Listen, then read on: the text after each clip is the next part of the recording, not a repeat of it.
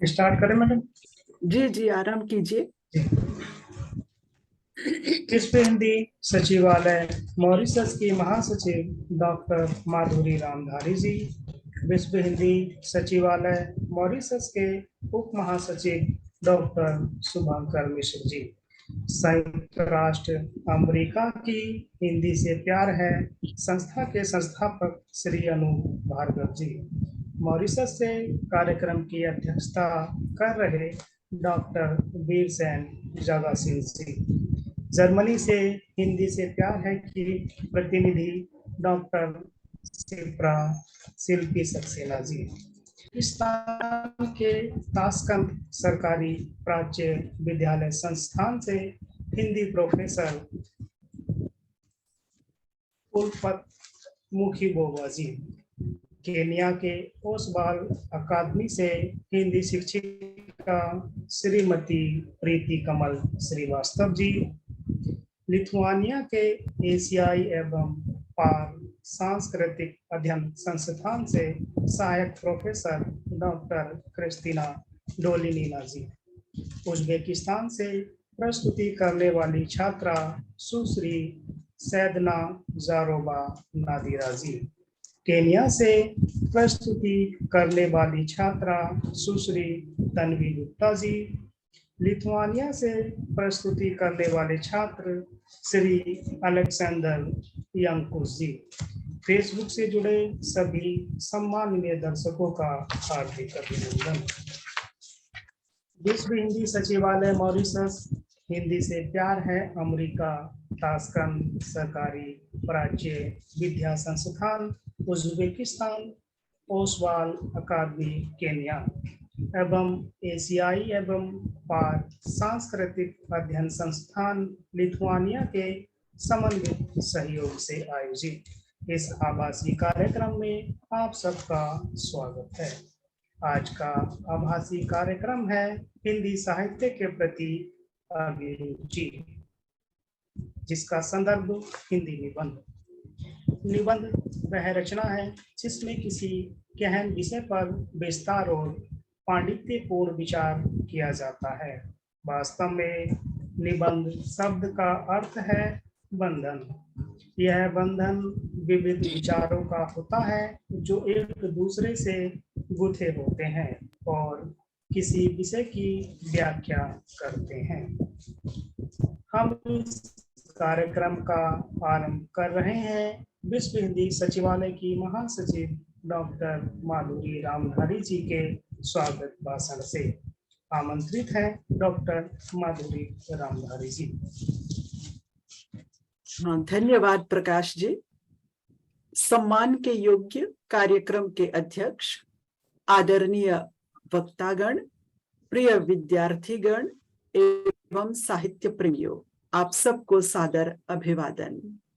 हिंदी साहित्य से संबंधित आभासी कार्यक्रम की इस 5वीं कड़ी में निबंध साहित्य पर हम विचार करने जा रहे हैं। मॉरिशस के वरिष्ठ हिंदी साहित्यकार और महात्मा गांधी संस्थान के सृजनात्मक लेखन एवं प्रकाशन विभाग के पूर्व अध्यक्ष डॉक्टर वीरसेन जगासिंह जी इस कार्यक्रम की अध्यक्षता कर रहे हैं। हम सब के लिए यह भारी सम्मान का विषय है। मॉरिशस के महात्मा गांधी संस्थान में बीए की कक्षाओं में मुझे डॉक्टर वीरसेन जगासिंह जी से हिंदी साहित्य पढ़ने का सुअवसर प्राप्त हुआ था। साहित्यिक रचनाओं की गहराई से आलोचना करने की सीख मैंने उन्हीं से प्राप्त की है। आज विश्व भर के विद्यार्थी हिंदी निबंध साहित्य के विषय पर उनके विचारों से अवश्य लाभान्वित होंगे। श्रद्धा के योग्य डॉक्टर वीरसेन जगासिंह जी का मैं विनम्र भाव से स्वागत करती हूँ।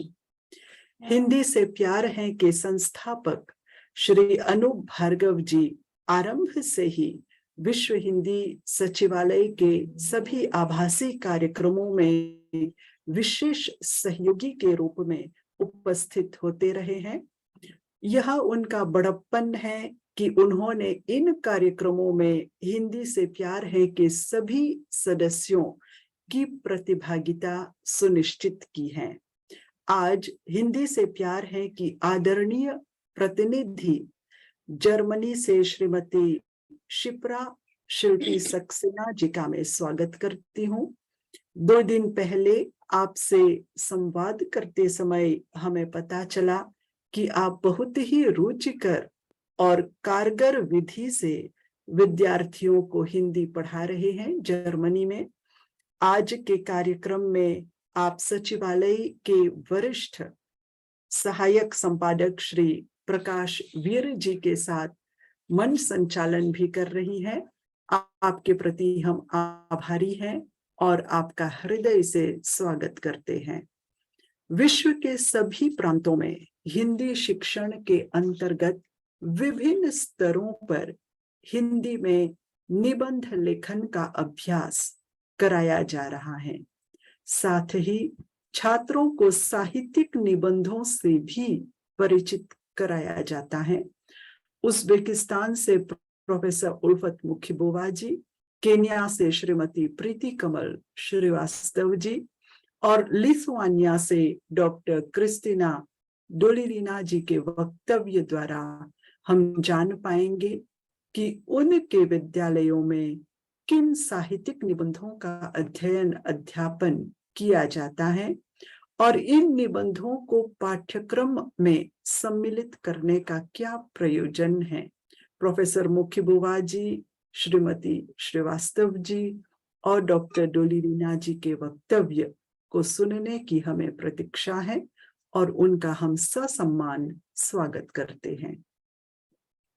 केन्या से ओशवाल अकादमी की छात्रा कुमारी तन्वी गुप्ता जी और उज़्बेकिस्तान तथा लिथुआनिया से विश्वविद्यालयी स्तर के 2 छात्र कुमारी सैदना जारोवा नादिरा जी और श्री अलेक्सांड्रस यूंकस जी पठित साहित्यिक निबंधों के उदाहरण प्रस्तुत करते हुए निबंध पठन का अपना अनुभव हमारे साथ साझा करेंगे। तीनों देशों के विद्यार्थियों का मैं स्वागत करती हूँ और आशा करती हूँ कि निबंध साहित्य के सभी कार्यक्रमों में उनकी प्रतिभागिता बनी रहे और वे कार्यक्रमों में आनंद पूर्वक भाग लेते रहें। निबंध साहित्य पर आधारित इस विशिष्ट कार्यक्रम के साथ जुड़ने वाले सभी साहित्य प्रेमियों का हृदय से स्वागत है। सबको मैं नमन करती हूँ। आपके ध्यान के लिए धन्यवाद। विश्व हिंदी सचिवालय की महासचिव डॉक्टर माधुरी रामधारी जी को उनके इस प्रेरणादायक संदेश के लिए हार्दिक धन्यवाद। आइए आज के कार्यक्रम की पहली छात्रा प्रस्तुतिकर्ता को सुनते हैं। पहली छात्रा प्रस्तुतिकर्ता है उज़्बेकिस्तान से सुश्री सैदना जारोबा नादिरा जी। आप MA द्वितीय वर्ष में हिंदी की छात्रा हैं। आपकी प्रस्तुति का विषय राकेश शर्मा निशित द्वारा रचित निबंध विश्व भाषा की ओर हिंदी के बढ़ते कदम। आपका स्वागत है सुश्री सैदना जारोबा नादिरा जी।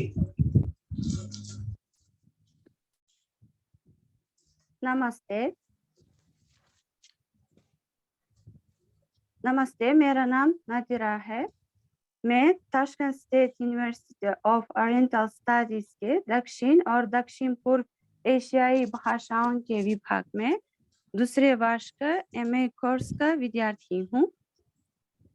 हमारे पाठ में हम हिंदी भाषा, इसके विकास के इतिहास और हिंदी भाषा की वर्तमान स्थिति के बारे में भी सीखते हैं और पाठ में हम हिंदी भाषा के विकास में योगदान देते हुए विशेषज्ञों और वैज्ञानिकों के लेखों को पढ़ते हैं। उसका अनुवाद करते हैं और विश्लेषण करते हैं। ये हमारे लिए बहुत उपयोगी है।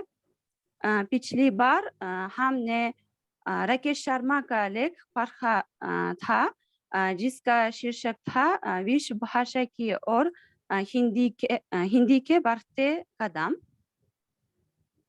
इस लेख में सबसे पहले भाषा के बारे में सामान्य विचार दिए गए हैं तथा आधुनिक युग में हिंदी भाषा की स्थिति, संपूर्ण विश्व में हिंदी के महत्वपूर्ण स्थान एवं महत्व पर विशेष बल दिया गया है। इस लेख में हिंदी को विश्व भाषा बनाने के कई कारणों नादिरा का जी, भी आप अपनी उल्लेख। वीडियो ऑन कर दीजिए। नादिरा जी, काम नहीं करती है वीडियो। ऑन नहीं हो रहा है, कई बार कोशिश की, मैंने भी कहा उसको ऑन करने के लिए। वीडियो के साइन पे क्लिक करेंगे तो हो जाएगा मैडम, एक बार कोशिश करना चाहिए।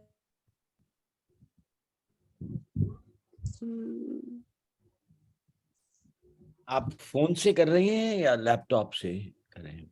फोन से। फोन से तो फोन में वीडियो होना चाहिए। Nadira video açılmıyor telefondan girmem. अच्छा, कोई बात नहीं, आप जारी रखिए। हाँ, जारी रखिए। माफ कीजिए। विशेषकर भारत में आज के वैश्वीकरण और बाजारवाद के संदर्भ में हिंदी भाषा के बढ़ते महत्व और इस कारण से हिंदी भाषा को विश्व भाषा बनने की आवश्यकता के बारे में लिखा गया है। इसके अलावा लेख में भारत के अलावा कई अन्य देशों में हिंदी भाषा की व्यापकता, संयुक्त राष्ट्र संघ में हिंदी भाषा की भूमिका और भारत में कई बोलियों पर चर्चा की गई है। विशेष रूप से लेख में हिंदी भाषा की वर्तमान स्थिति के संबंध में निम्नलिखित बातें कही गई है। आज हिंदी 12 से अधिक देशों में बहुसंख्यक समाज की मुख्य भाषा है। आज 7 समुद्र पार तक 1/4 दुनिया में उसका परचम लहरा रहा है। अमेरिका, इंग्लैंड, जर्मनी, दक्षिण Africa, Nepal, Mauritius, New Zealand, Singapore, Yemen, Uganda, इन 10 देशों में हिंदी भाषी भारतीयों की जनसंख्या 2 करोड़ है। फिजी, गुयाना, सूरीनाम तथा अरब अमीरात, टोबैगो और त्रिनिदाद, इन 6 देशों में हिंदी को अल्पसंख्यक भाषा के रूप में संवैधानिक दर्जा प्राप्त है। इस लेख में इस तरह की जानकारियां हमारे पाठों और हमारा वैज्ञानिक अनुसंधान कार्य के परिचय भाग के लिए भी बहुत महत्वपूर्ण जानकारियां हैं। मुझे लगता है कि किसी भाषा को सीखने के दौरान और किसी देश का अध्ययन करने के लिए लेखों का उपयोग करना बहुत लाभदायक होता है। इसलिए हम अक्सर हमारे पाठों में ऐसा लेखों का उपयोग करते हैं। ध्यान से सुनने के लिए आपका बहुत बहुत धन्यवाद। उज़्बेकिस्तान से इस कार्यक्रम में भाग लेने वाली छात्रा सुश्री सैदना जारोबा नादिरा जी को बहुत धन्यवाद। अगली छात्रा केन्या से प्रस्तुति देंगी सुश्री तन्वी गुप्ता जी। आप ओसवाल अकादमी में कक्षा 10 में हिंदी की छात्रा हैं। आपका स्वागत है सुश्री तन्वी गुप्ता जी। नमस्कार, मेरा नाम तन्वी गुप्ता है। मैं Oswal academy Nairobi junior high की कक्षा 10 की छात्रा हूँ। मैं नैरोबी केन्या से हूँ। मैंने निबंध लिखना अपने विद्यालय में सीखा है। निबंध का शाब्दिक अर्थ है बंधी हुई रचना, अतः ऐसी रचना जिसमें किसी एक विषय पर क्रमबद्ध या संतुलित ढंग से लिखा गया हो, वह निबंध कहलाता है। निबंध के आरंभ में भूमिका या प्रस्तावना लिखी जाती है। मध्य भाग में विषय वस्तु का विस्तार होता है और अंत में उपसंहार या निष्कर्ष लिखा जाता है। मुझे अपनी पाठ्य पुस्तक में से 2 निबंध मिले, जीवन का लक्ष्य और एक कुत्ता और एक मैना। इनकी भाषा सरल और सुगम है। मैं आपको एक कुत्ता और एक मैना के बारे में विस्तार से बताना चाहूंगी। एक कुत्ता और एक मैना एक ललित निबंध है, जिसके लेखक आचार्य हजारी प्रसाद द्विवेदी हैं। लेखक ने गुरुदेव रविंद्रनाथ ठाकुर के साथ बिताए समय को रोचक तथ्यों के साथ बड़े प्रभावशाली ढंग से प्रस्तुत किया है। गुरुदेव का मनुष्य और पशु पक्षियों के साथ व्यवहार, आपसी प्यार, भावना, संबंधों को अपनी कहानी निबंधों के माध्यम से बताया है। एक बार छुट्टियों में जब लेखक गुरुदेव से मिलने सपरिवार उनके आश्रम पहुंचे, तो गुरुदेव उन्हें देख के मुस्कुराए, उनकी कुशलता पूछी। तभी एक कुत्ता पूंछ हिलाते हुए धीरे धीरे उनके पास आया और उनके पैरों के पास खड़े होकर पूंछ हिलाने लगा। गुरुदेव ने उसकी पीठ पर हाथ फेरा। कुत्ता आंखें मूंदकर उस वात्सल्य, स्नेह, अपनत्व, करुणा को महसूस करता हुआ उसी स्थान पर बैठ गया। इस प्रसंग में एक और आश्चर्यजनक बात का उल्लेख लेखक ने किया है। जब गुरुदेव जी की चिताभस्म आश्रम लाई गई, तब वह कुत्ता आश्रम के द्वार तक आया और कलश के पास चुपचाप बैठा रहा और आश्रम वासियों के साथ भस्म को अंतिम विदाई देने भी गया। लेखक अपने दूसरे प्रसंग में बताते हैं कि एक सुबह गुरुदेव के समीप एक लंगड़ी मैना फुदक रही थी। उस मैना के मुख पर उस मैना के मुंह पर करुणा भाव था।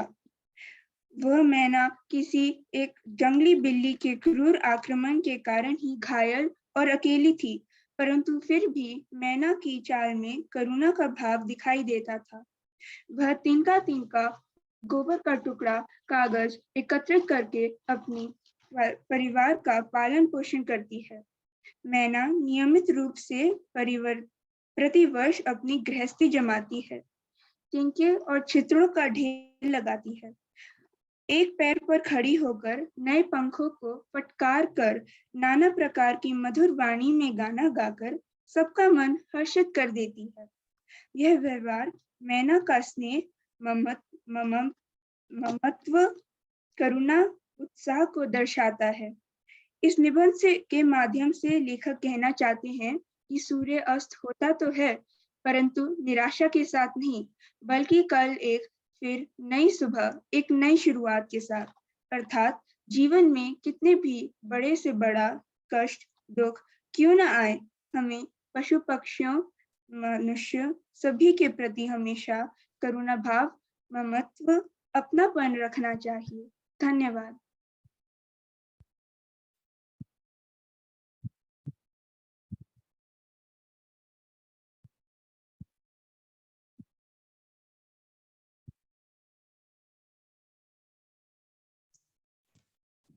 केन्या से सुश्री तन्वी गुप्ता जी को हमारे साथ अपने अनुभव साझा करने के लिए धन्यवाद।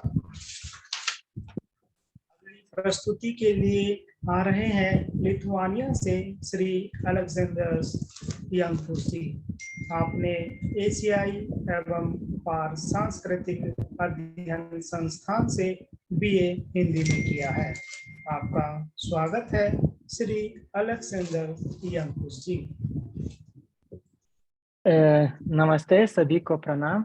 जैसे आपने कहा, मेरा नाम अलेक्जेंड्रस है और मैंने 2021 में विल्नियस विश्वविद्यालय से ग्रेजुएट किया है। मेरा कोर्स का नाम साउथ एशियन स्टडीज था। फिलहाल मैं DU यूनिवर्सिटी में हिंदी MA का कोर्स कर रहा हूँ।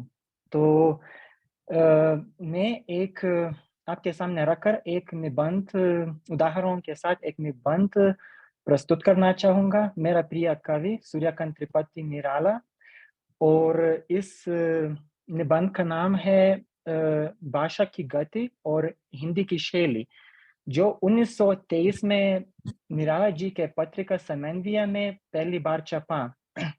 तो इस निबंध में निराला जी ने भाषा की स्वतंत्र प्रगति पर, हिंदी की उत्पत्ति, कोश की विस्तार, हिंदी भाषा की गति पर अपने विचार को प्रकट किया। तो इस निबंध में निराला जी लिखते हैं, संसार की हर एक भाषा स्वाधीन चाल से ही चलकर और भिन्न भिन्न भाषाओं से ही शब्द लेकर अपना भंडार भरती है। इस निबंध में निराला जी संस्कृत को हिंदी का मूल मानते हुए विद्वानों से असहमति प्रकट करते दिखाई देता है, और वे हिंदी को कृत्रिम चेष्टा से किसी एक भाषा से जोड़ना उचित नहीं समझता। वे इसको हिंदी की खास संपत्ति के भ्रम कहते हैं और लिखते हैं, हिंदी के पत्रों में या पुस्तकों में जो भाषा लिखी जाती है वो तो हमने उनके संपादकों और लेखकों को भी बोलते नहीं सुना। अस्तु ये निर्विवाद है कि ऐसी संस्कृत प्रचुर हिंदी न किसी के मुंह से निकली है और न वो किसी की मादरी जबान है। तो तत्कालीन हिंदी का रूप राष्ट्रभाषा के तौर पर एकदम नया था। तो निराला जी इस पर दूसरे भाषाओं का प्रभाव स्वाभाविक समझा। वे लिखते हैं, अंग्रेजी, बांग्ला, उर्दू या किसी भी उन्नत भाषा की ओर हिंदी की रुचि का होना उसकी प्राथमिक उन्नति के लिए अत्यंत आवश्यक था। इसके बिना उसके संकीर्ण शब्द भंडार की पूर्ति असंभव थी। दूसरे भाषाओं के प्रभाव के अलावा निराला जी के मन में हिंदी राष्ट्रभाषा होने के नाते प्रांतीय भाषाओं का प्रभाव स्वाभाविक है। उनके मन में हर एक प्रांत वाले हिंदी का हिस्सेदार है। वे लिखते हैं, अस्तु हमारे बिना जाने ही जबकि हमारी भाषा ने इतना विस्तार कर लिया तो उस पर प्रांतीयता का इल्जाम न लगना चाहिए, और जबकि राष्ट्रभाषा से प्रांतवासियों का अविच्छेद्य संबंध है। एक और दिलचस्प विषय पर निराला जी इस निबंध के अंतर्गत में अपने विचारों को प्रकट किया है, और वो है हिंदी भाषा की गति। तो हिंदी भाषा की गति को लेकर निराला जी लिखते हैं, तो उसके अनुसार हिंदी को ब्रज भाषा की कविता से भाषा की मंद गति को जायदाद में मिला, और ये मंद गति आरंभिक गाद्य में भी विद्यमान रहा। वे लिखते हैं, कविता के भाषा से मनोरंजन तो होता है परंतु वो जीवन संग्राम के काम की नहीं होती। वे मानते हैं कि देश की उन्नति के लिए भाषा की गति बढ़ानी चाहिए, क्योंकि उस समय जब हम कल्पना कर सकते जब स्वाधीनता आंदोलन चल रहा था, रस आस्वादन से ज्यादा कार्य के लिए भाषा मनुष्य को प्रेरित करने का माध्यम होनी चाहिए थी। वे लिखते हैं, समय का मूल्य समझने वाले अमेरिका जैसे देश किसी शब्द उस अक्षर को जिसकी उच्चारण में आवश्यकता नहीं होती उस अक्षर में आवश्यक निकाल देते हैं, और इस प्रकार थोड़े ही समय में अधिक भाव प्रकट कर जाते हैं। हमें भी जीवन को कर्ममय करने के लिए भाषा की गति को बढ़ाना चाहिए। भाषा की शीतलता जीवन को भी शीतल कर देती है। तो निष्कर्षतः इस निबंध में निराला जी भाषा की ओर अपनी उदार दृष्टिकोण को प्रस्तुत किया है। निराला जी मानते थे कि हर एक कवि अपने भावों के अनुरूप भाषा का प्रयोग करना चाहिए। वे कहते हैं, किसी भाव को जल्दी और आसानी से तभी व्यक्त कर सकेंगे जब भाषा पूर्ण स्वतंत्र और भावों की सच्ची अनुगामिनी होगी, वो भाषा के बंधनों में विश्वास नहीं रखते थे और भाषा की स्वच्छंद अभिव्यक्ति पर बल देते थे। तो ये सारे चीजें जो मैंने बताया अभी इस निबंध में विदित हैं। तो थैंक यू, धन्यवाद सुनने के लिए। लिथुआनिया से श्री अलेक्जेंड्रस यांकुस जी को हम सभी से हिंदी निबंध पर अपने विचार साझा करने के लिए हार्दिक धन्यवाद। कार्यक्रम को आगे बढ़ाते हुए वक्तव्य भाषण के लिए हम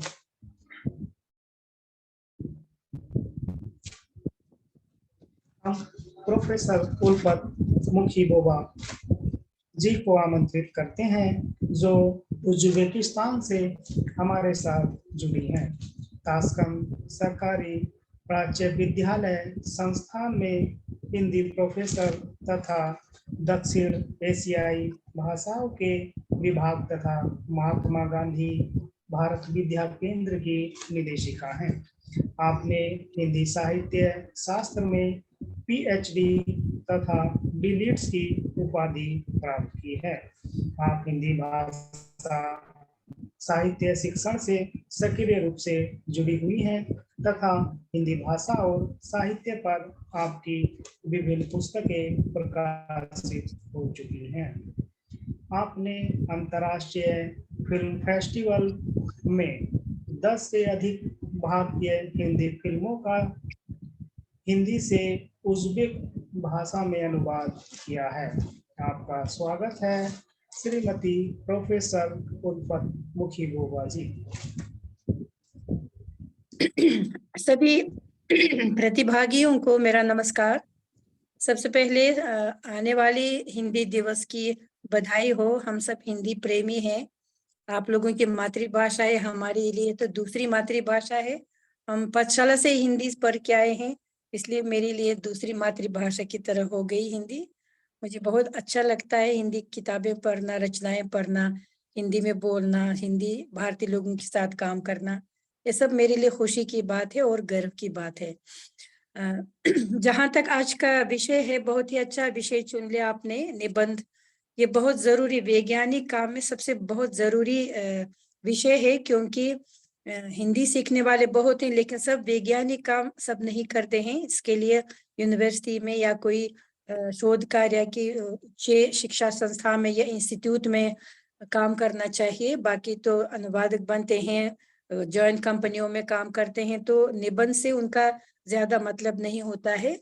लेकिन वैज्ञानिक काम में निबंध की बहुत जरूरत है, और विशेष तौर पर विद्यार्थियों को कुछ सिखाते समय भाषा की गहराई से सीखने के लिए, अगर ये साहित्य है, साहित्य को गहराई से सीखने के लिए तो निबंधों को पढ़ना बहुत जरूरी है। ये मैं तो अध्यापक के रूप में आप लोग सभी अच्छी तरह जानते हैं। जहाँ तक मेरा आज का वक्तव्य है, भाषण है, मैं निबंध के बारे में नहीं, जो मैं अभी शुरू जो काम कर रहा हूँ इसके बारे में बोलना चाहती हूँ।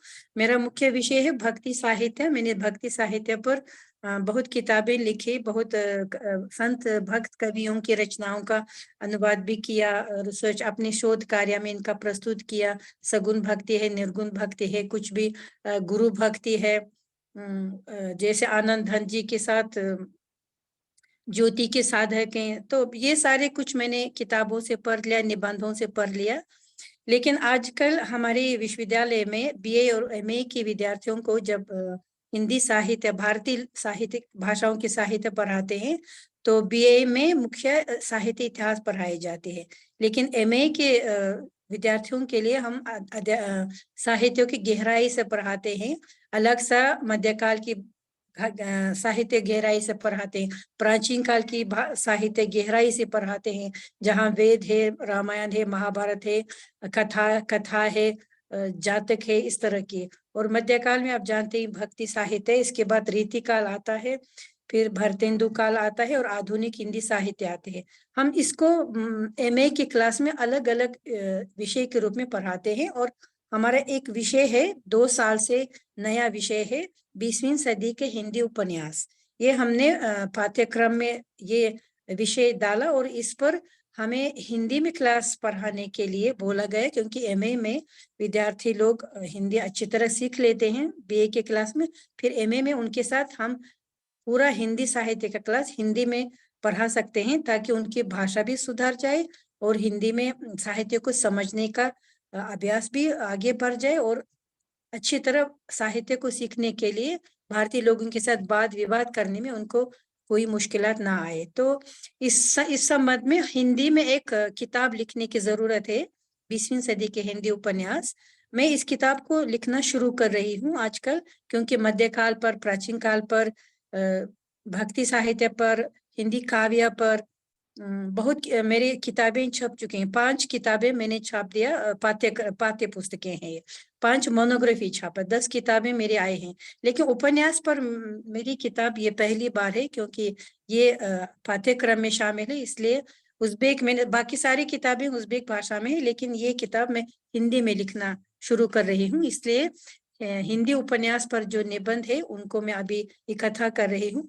लेकिन सबसे शुरू किया जो हमारे महात्मा गांधी सेंटर में भारतीय राजदूतावास ने जो किताबें हमें प्रदान किया है, 2000 के आसपास किताबें हैं, उनमें से हिंदी उपन्यास बदलते संदर्भ, शशि भूषण सिंघल की ये किताब है, मैंने इसको निकाला। इसमें प्रेमचंद की, यशपाल जी की, वृंदावनंद वर्मा जी की, अमृतलाल नागर, जैनेन्द्र कुमार, हजारी प्रसाद द्विवेदी, उपेंद्रनाथ आश्क जैसे उपन्यासकारों के उपन्यासों पर उनके कुछ विचार लिखे गए हैं। ये भी हर एक निबंध के बराबर है, बड़े बड़े निबंध के रूप में आए हैं। और दूसरी मुझे ये किताब मिली, हिंदी उपन्यासों का मनोविश्लेषणात्मक अध्ययन। ये किताब है गिरधर प्रसाद शर्मा जी का।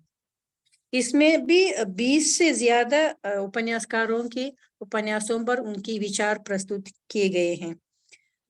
इसमें अभी मैंने देखा उपेंद्रनाथ आश्क हैं और उनके 8 से ज्यादा उपन्यासों पर उनका विचार प्रस्तुत किया गया है। और ये किताब भी मिल गई उपन्यासकार उपेंद्रनाथ आश्क, इसमें उनके सारे उपन्यासों पर निबंध, बड़े बड़े निबंध इकट्ठे हुए हैं, इसको मैं भी शामिल करूंगी।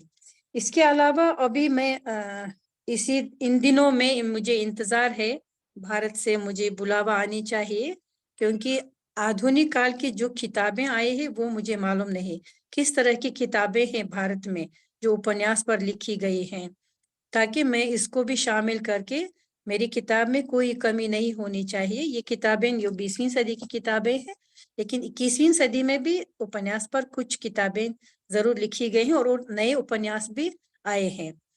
और ये एक उपन्यास है नरक के सिंह। ये इसका लेखक प्रसिद्ध लेखक नहीं, लेकिन यूनिवर्सिटी का आगरा विश्वविद्यालय के प्रोफेसर हैं, जिंदगी भर उन्होंने हिंदी साहित्य पढ़ाया, जयसिंह नीरज जी। उन्होंने अभी रिटायर होके शिक्षा प्रणाली में जो आलोचनात्मक बातें हैं इस पर उन्होंने ये उपन्यास लिखा। जब मैं भारत में उनसे मिली थी, उन्होंने कहा ये मैंने उपन्यास लिखा शिक्षा प्रणाली से संबंधित, तो मुझे बहुत अच्छा लगा। इसलिए मैंने इस पर मेरे पिछले साल एक मेरे एमए की विद्यार्थी ने, साहित्य शास्त्र पर जो एमए कर रही थी, उसने शोध कार्य लिखा और पिछले साल उसको एमए की डिग्री मिल गई। ये मैंने इस किताब को उसको दिया था। इस तरह का जो और कुछ उपन्यास है हमारे डिपार्टमेंट में, लेकिन सारे ज्यादातर 20वीं सदी के। लेकिन प्रेमचंद के कई उपन्यासों, 13 उपन्यास से 7 उपन्यास उज़्बेक भाषा में प्रकाशित हो चुके हैं छप के अनुवाद के साथ। हमारे प्रसिद्ध अनुवादक हैं अमीरुल्लाह फैजुल्लाह, उन्होंने कृष्ण चंद्र, प्रेमचंद, यशपाल, दुग्गल जी के बहुत से रचनाओं को उज़्बेक में अनुवाद किया और ये किताब के रूप में आए हैं। लेकिन मेरी किताब हिंदी में लिखी जाएगी, इसलिए मुझे हिंदी में ही सामग्री चाहिए और हिंदी में उपन्यास के जो भी लिखूंगी उनसे पर्चा लेना चाहिए, उनके बारे में लिखना चाहिए, उसमें आलोचनात्मक विचार भी होनी चाहिए जहां तक मुझे मेरे विचार में जो आएगा, और भारतीय साहित्यकारों के विचार भी शामिल करना है। इसलिए इस तरह का काम आजकल इसी पढ़ाई साल से सितंबर से मैं शुरू करने वाली हूँ। हिंदी 20वीं सदी के हिंदी उपन्यास पर, कहानी पर बहुत से हमें शोध कार्य लिखे गए हैं। एमए के या बीए के विद्यार्थियों जो शोध कार्य लिखते हैं वो ज्यादातर उनको उपन्यास पढ़ना मुश्किल होता है, कहानी पर लिखते हैं। लेकिन उपन्यास पर भी काफी एमए के विद्यार्थियों ने अपना शोध कार्य लिखा है। ट्रेन टू पाकिस्तान नाम के एक उपन्यास है, ये अंग्रेजी में था। मेरे एक विद्यार्थी ने अंग्रेजी से पढ़ के ये एमए के अपना शोध कार्य लिखा। इस तरह हम हिंदी साहित्य को विस्तार से पढ़ाने में अब उपन्यास पर ज्यादा ध्यान देना चाहते हैं और हिंदी में पाठ्य पुस्तकें लिखना शुरू कर रहे हैं। आगे चलकर भी दूसरे विषयों पर भी हम हिंदी में ही किताबें लिखने का तय कर लिया है। सुनने के लिए धन्यवाद, बहुत बहुत। बहुत बहुत अच्छे उल्फत जी। मैं 1 मिनट बीच में बोलना चाहूंगा। सबसे पहले तो आपको बहुत बहुत बधाई इस महत्वपूर्ण काम को लेने के लिए। और संक्षेप में माधुरी जी यहाँ पर हैं और मैं अपनी तरफ से हिंदी से प्यार है कि जो हमारे जो वॉलंटियर्स हैं, स्वयं सेवक हैं, उनका अगर आपको किसी भी तरह का सहयोग चाहिए तो हमें खुशी होगी आपके साथ काम करने में। और माधुरी जी, विश्व हिंदी सचिवालय की तरफ से मेरे ख्याल से जो भी सहयोग संभव होगा इस महत्वपूर्ण काम के लिए हम खुशी होगी हमें देने में। बहुत बहुत मुझे खुशी होगी आप लोगों अवश्य। के साथ काम करना। धन्यवाद जी, अवश्य अवश्य। ये इस तरह के जो कार्यक्रम हैं वो इसी में सहायता करते हैं कि हमें एक दूसरे के कामों के बारे में पता चले और हम कैसे एक दूसरे को सहायता कर सकते हैं, उसमें हमें तो।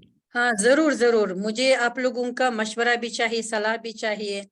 बिल्कुल। अगर लिखूंगी कुछ आपको विचार लेने के लिए आपको दे भी सकती हूँ, देखेंगे कैसा होगा। बहुत बहुत धन्यवाद। भारत में हिंदी के जी, विद्वानों बिल्कुल। से विस्तार से इस पर बाद में हम बात करेंगे। अभी के जरूर, लिए जो जरूर। हमारा विषय है हिंदी निबंध, इस पर हम हम्म, केंद्रित रहते हैं।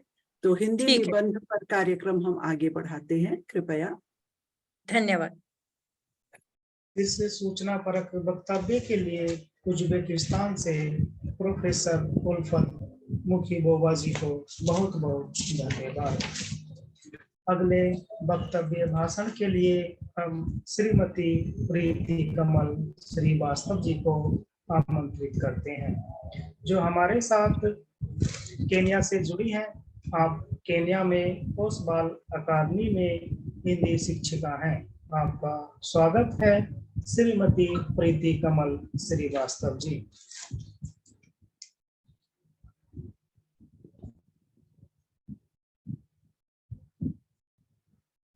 सभी को मेरा नमस्कार। मेरे लिए ऐसे किसी मंच से जुड़ने के लिए पहला अनुभव है और मुझे बहुत ही प्रसन्नता का अनुभव हो रहा है कि मैं पहली बार ऐसे किसी ऑनलाइन प्लेटफॉर्म पे यहाँ विदेश की धरती पर बैठकर अपनी राष्ट्रीय भाषा, अपनी मातृभाषा के बारे में कुछ कह सकती हूँ।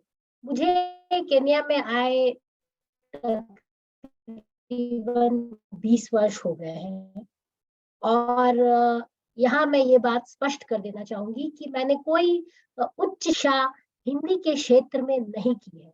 अगर आप मेरी एजुकेशन देखिए तो मैंने एक्चुअली मास्टर्स किया है आयुर्वेद मेडिसिन, परंतु ऐसा कुछ हुआ कि यहाँ 20 जिसमें मैंने शिक्षा ग्रहण करी थी, उच्च शिक्षा, उस लाइन में ऐसा कुछ करने का अवसर मुझे प्राप्त नहीं हुआ। तो कुछ सालों के पश्चात मैंने ये देखा कि क्या मैं यहाँ कर सकती हूँ अपनी जो विद्या मैंने अर्जित की है उसके बल पर। तो कहीं ना कहीं आयुर्वेद पढ़ने के दौरान संस्कृत और उसके साथ साथ हिंदी भाषा पर मेरा काफी कमांड हुआ। तो यहाँ स्कूल में मैंने ऐसे ही एप्लीकेशन दी और मेरा चयन हो गया। तो इंटरनेशनल स्कूल है ओशवाल एकेडमी नैरोबी यहाँ केन्या में, और यहाँ पर मैं सेकेंडरी स्कूल में कक्षा 7, 8, 9, 10, 11 सबको पढ़ा रही हूँ। और ये यहाँ पर हिंदी जो है सेकेंड लैंग्वेज के रूप में कैम्ब्रिज बोर्ड में एग्जामिनेबल सब्जेक्ट है। और क्योंकि आज का विषय निबंध है तो उस बारे में मैं ये कहना चाहूंगी कि प्राइमरी सेक्शन से जब बच्चे आते हैं तो वो बहुत ज्यादा उनकी वो क्या कहेंगे कि शब्दावली इतनी अच्छी नहीं होती, व्याकरण इतना अच्छा नहीं होता, परंतु 1-2 साल के अंदर क्योंकि पाठ्य पुस्तकों के माध्यम से धीरे धीरे वो छोटे छोटे वाक्य बनाना सीखते हैं और बहुत छोटे छोटे आप कह सकते हैं शीर्षक जैसे मैं देती हूँ कि मेरा विद्यालय, मेरी माँ, मेरा दोस्त, इस पे वो छोटे छोटे आप कह सकते हैं अनुच्छेद के रूप में पहले वो इसको शुरू करते हैं। पर मैंने देखा है कि जब तक वो कक्षा 8, 9 और 10 तक जब वो पहुंचते हैं तो जो निबंध का एक रूप होता है उस रूप को एक सही व्यवस्थित रूप में लिखने की काबिलियत उनमें आ जाती है। और काफी यहाँ पे जैसे कि कैम्ब्रिज बोर्ड में भी भले ही हिंदी सेकंड लैंग्वेज है बट कट ऑफ उसका 90 होता है, तो मैं ये कहना चाहूंगी कि पिछले 2-3 साल से तो मैं देख रही हूँ अधिकतर बच्चे A स्टार्स आते हैं, काफी अच्छे ग्रेड लेकर के आते हैं और कैम्ब्रिज बोर्ड में इसकी काफी मान्यता है। और मैंने देखा है कि इधर कई जो पेरेंट्स हैं आते हैं वो खुद कहते हैं कि हम किसी वजह से नहीं यहाँ पे और किसी विद्यालय में नहीं पढ़ा पाए, तो वो इसको एक बहुत अच्छा अवसर मानते हैं कि ओशवाल एकेडमी उनको एक प्लेटफॉर्म दे रहा है अपने राष्ट्रीय भाषा से जुड़ने का। और मैंने देखा है कि वो उत्साहित होते हैं, आके बताते हैं कि कैसे अब जो रामायण या महाभारत बच्चे जो है इंग्लिश में पढ़ रहे थे या कार्टून के माध्यम से देख रहे थे वो अब घर में हिंदी में किसी न किसी रूप में पढ़ते हैं। तो मैंने देखा है कि एक गर्व का अनुभव बच्चों के साथ साथ उनके माता पिता को भी होता है कि हमारे जो धार्मिक ग्रंथ है वो अपनी जो उनकी भाषा है मूल रूप से उसमें वो पढ़ पा रहे हैं। ये गर्व का अनुभव मैं भी करती हूँ जब मैं देखती हूँ। और मैंने देखा है जब भी हमारा पेरेंट टीचर डे PTM होता है तब काफी विस्तार से मेरी माता पिता से बात होती है और वो कहते हैं क्योंकि बाकी सारे विषय तो अंग्रेजी भाषा में पढ़ाए जाते हैं परंतु हिंदी की कक्षा में बच्चे आते हैं तो वो अब एक अलग ही माहौल होता है कक्षा में। और मैं कहीं ना कहीं इसके लिए स्कूल को श्रेय देना चाहूंगी। उन्होंने मुझे ऐसे हर आप कह सकते हैं माध्यम को रिसोर्स को उपलब्ध कराया है जिसके माध्यम से बच्चे जो है अब हिंदी भाषा में उनकी रुचि बढ़ रही है। स्कूल में एक प्रॉपर एक कविता का एक प्रतियोगिता होती है, कविता के लिए मौखिक रूप से, लिखित रूप से, दोनों रूप से। निबंध में भी उनके लिए एक भाषण प्रतियोगिता होती है और निबंध लेखन प्रतियोगिता भी होती है और ये प्रत्येक कक्षा वर्ग में होती है और प्रत्येक विद्यार्थी के लिए ये अनिवार्य होती है। फिर हम उसको उनके जो भी जैसे लिखा गया होता है उसके आधार पर हम उनको पुरस्कृत भी करते हैं। फिर यहाँ पे सांस्कृतिक कार्यक्रम होते हैं, उसमें जैसे हिंदी भाषा से जुड़कर आप भारत से जुड़े कितने हमारे इतने राज्य हैं और मुझे ये सुअवसर प्राप्त होता है कि भारत के अनेक राज्यों से जो एक्सपर्ट्स ग्रुप से जो माता पिता यहाँ काम करने के लिए आते हैं केन्या में, वो अपने बच्चों को इसलिए यहाँ लाते हैं कि किसी न किसी रूप में वो हिंदी भाषा से जुड़े रहे। फिर जब सांस्कृतिक कार्यक्रम होते हैं तो वो अपने अपने राज्य का प्रस्तुतिकरण करते हैं। तो एक समय तो ऐसा लगता है कि जैसे पूरा भारत ही एक छोटे रूप में विद्यालय के अंदर आ गया। तो मैं तो मुझे बहुत अच्छा लगता है बच्चों को हिंदी में पढ़ाना और हिंदी में बात करना। और मैंने देखा है विगत कुछ वर्षों में बच्चों की इसके प्रति काफी रुचि भी हुई है और अभी जो नए विद्यार्थी आ रहे हैं उनका यदि कोई प्रश्न होते हैं या कोई जिज्ञासा होती है तो उसका पूरा समाधान मैं करता हूँ। ऐसे किसी मंच पर से जुड़ने के लिए और बोलने के लिए आपका बहुत बहुत धन्यवाद। इस ज्ञानवर्धक वक्तव्य के लिए केन्या से श्रीमती प्रीति कमल श्रीवास्तव जी को बहुत बहुत धन्यवाद। अगले वक्तव्य भाषण के लिए हम आमंत्रित करते हैं लिथुआनिया से डॉक्टर क्रिस्टीना डोलिनीना जी को। आप एशियाई एवं पार सांस्कृतिक अध्ययन संस्थान में सहायक प्रोफेसर हैं। आप कथक, ओडिसी नृत्यांगनी, नृत्य रचनाकार और नाट्य देवी डांस थिएटर की संस्थापक हैं। आपने जेएनयू से एमए की उपाधि और लिथुआनिया संगीत थिएटर अकादमी से डायरेक्ट की उपाधि प्राप्त की है। वक्तव्य भाषण के लिए आपका स्वागत है, प्रोफेसर क्रिस्टीना डोलिनीना जी। धन्यवाद। आदरणीय प्रतिभागियों और श्रोताओं, सबको मेरा सदा प्रणाम। सबसे पहले मैं इस कार्यक्रम में भाग लेने का अवसर देने के लिए विश्व हिंदी सचिवालय और डॉक्टर मधुरी जी को धन्यवाद देना चाहती हूँ। मुझे सच्ची में बहुत बड़ी खुशी है कि लिथुआनिया का काफी छोटा देश है। लिथुआनिया से कोई अध्यापक, शिक्षक और कोई छात्र यहाँ मौजूद हो सकते हैं। मैं 2 शब्द अपने संस्थान के बारे में बोलना चाहूंगी। तो एशिया और ट्रांसकल्चरल अध्ययन संस्थान लिथुआनिया, और सिर्फ लिथुआनिया में नहीं लेकिन बाल्टिक राज्यों में भी सबसे बड़ा और सबसे विविध, मतलब सबसे बड़ा संस्था है जो एशिया और मध्य पूर्वी संस्कृतियों और समाजों पर ध्यान केंद्रित है। संस्थान के अध्ययन के 2 क्षेत्र है। तो सबसे पहले सांस्कृतिक अध्ययन और मानव विज्ञान, जो अंतर सांस्कृतिक परिप्रेक्ष्यों से पार सांस्कृतिक घटनाओं की समझ प्रदान करता है। इसमें इतिहास, संस्कृति, दर्शन, धर्म, कला और जरूर भाषा और साहित्य के साथ साथ एशिया के सामान्य मुद्दों का अध्ययन होता है। संस्थान के अध्ययन के क्षेत्र ये है: भारत, श्रीलंका, भूटान, चीन, मंगोलिया, पूर्वी साइबेरिया, जॉर्डन, ईरान, लेबनान और आदि है। एक महत्वपूर्ण बात यह है कि इस साल हमारे संस्थान के 30 साल का जन्मदिन है।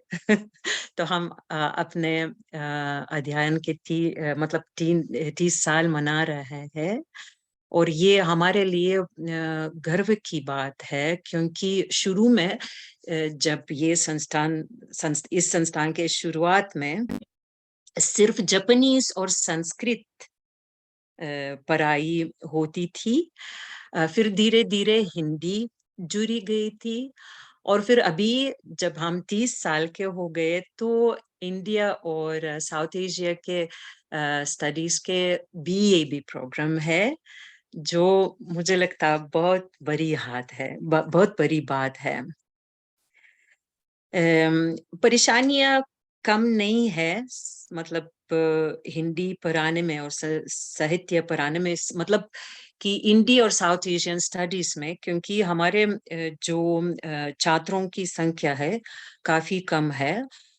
उसके जो कारण है बताना मुश्किल है, लेकिन आशा है कि ये चीज बदली जाएगी।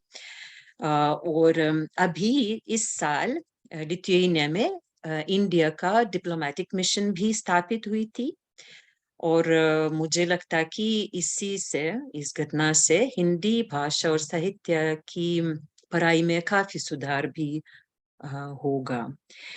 और यद्यपि छात्र कम है, लेकिन ऐसे छात्र है जैसे यहाँ भी प्रस्तुत अलेक्सांद्रस यांकुस है, जो सच्ची में हिंदी से बहुत प्यार करते हैं।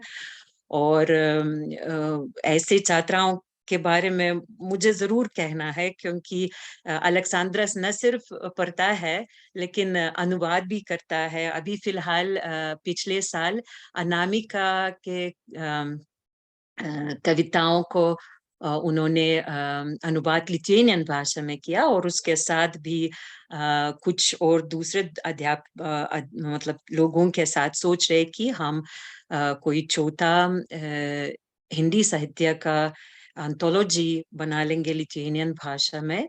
इस कार्य के बारे में सोच रहे हैं, बहुत जरूरी है हमारे लिए।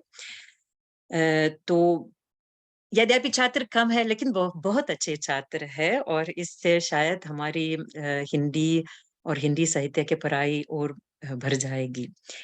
अभी निबंध के संदर्भ में और हमारे जो भी कुछ हिंदी भाषा और हिंदी साहित्य का पढ़ाई हो रही है, वो 4-5 सेमेस्टर में हो रही है। तो सबसे पहले हिंदी भाषा और उसके बाद साहित्य भी जुड़ा जाता है हिंदी भाषा के साथ। तो हम इतना समय नहीं है ताकि हम बहुत विस्तार से हिंदी साहित्य को इतिहास मतलब सीखे।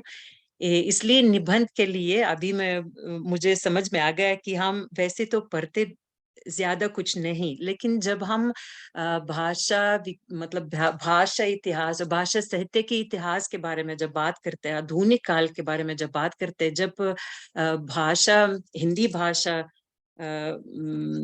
भाषा के बारे में काफी बातचीत हो रही थी ना, पोलेमिक्स हो रहे थे, और जब भाषा और साहित्य एक ऐसा माध्यम हुआ कि लोगों को काफी प्रेरित किया था, तो जब हम उस समय का बात करते तो जरूर आलोचना और दूसरे गद्य के जो भी कुछ शैलियां होती है उसके साथ निबंध का भी थोड़ा सा संक्षिप्त में उसके बारे में बात करते हैं।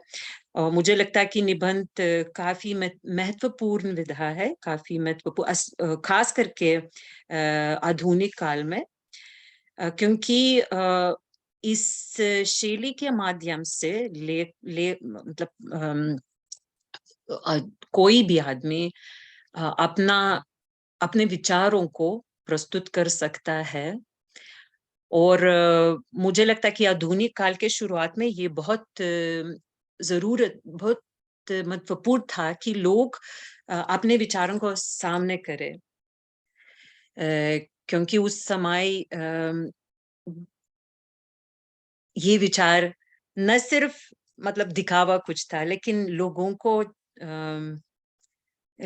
को जनता को सुलभ और इस प्रकार विभिन्न विषयों पे जो भी कुछ निबंधित है, तो जागरूकता, सार्वजनिक जागरूकता बढ़ाने के उद्देश्य को पूरा किया था।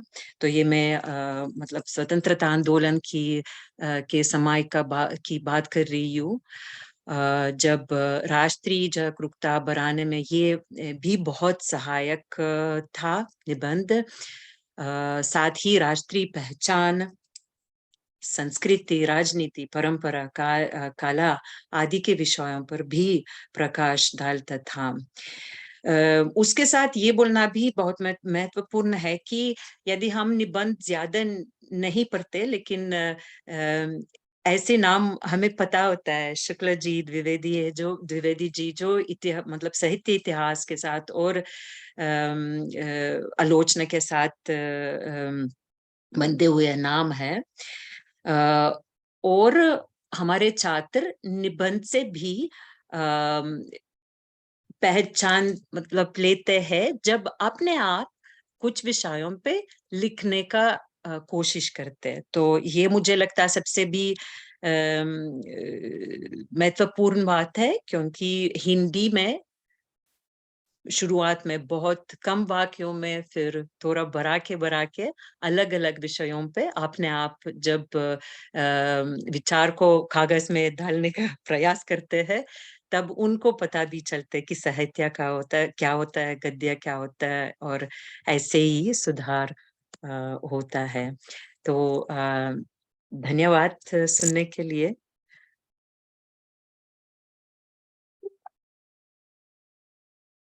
इस सुंदर वक्तव्य के लिए लिथुआनिया से प्रोफेसर क्रिस्टीना डोलिनीना जी को हार्दिक धन्यवाद।